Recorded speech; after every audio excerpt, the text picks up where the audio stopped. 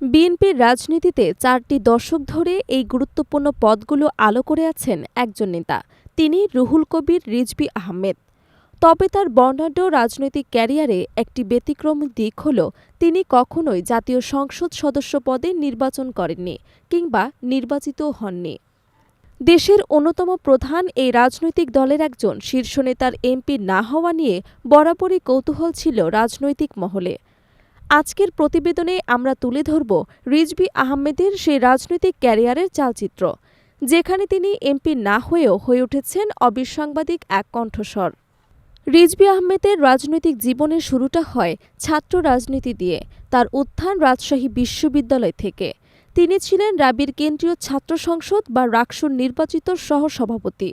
১৯৮৯ সালে স্বৈরাচার বিরোধী আন্দোলনের এই অন্যতম নেতার ভিপি নির্বাচিত হওয়া ছিল সে সময় এক বড় ঘটনা।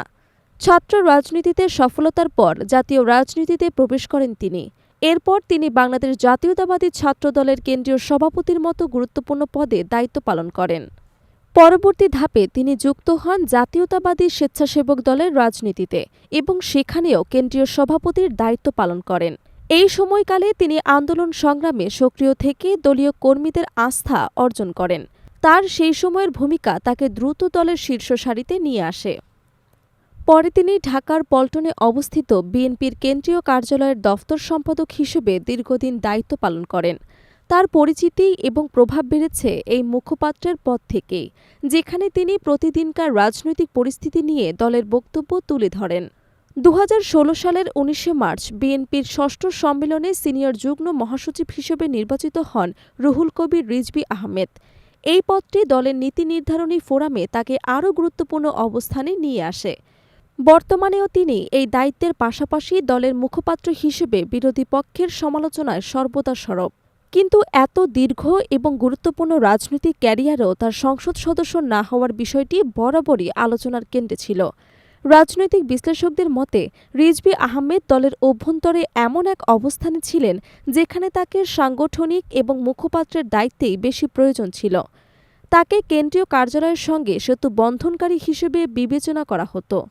তাছাড়া মামলা হামলার কারণে প্রায়শই তাকে আত্মগোপনে থাকতে হয়েছে, যা নির্বাচনী প্রক্রিয়ায় অংশগ্রহণের ক্ষেত্রে একটি বড় বাধা হতে পারে। যদিও আনুষ্ঠানিকভাবে দল বা রিজভী আহমেদ কখনো এ বিষয়ে ব্যাখ্যা দেননি।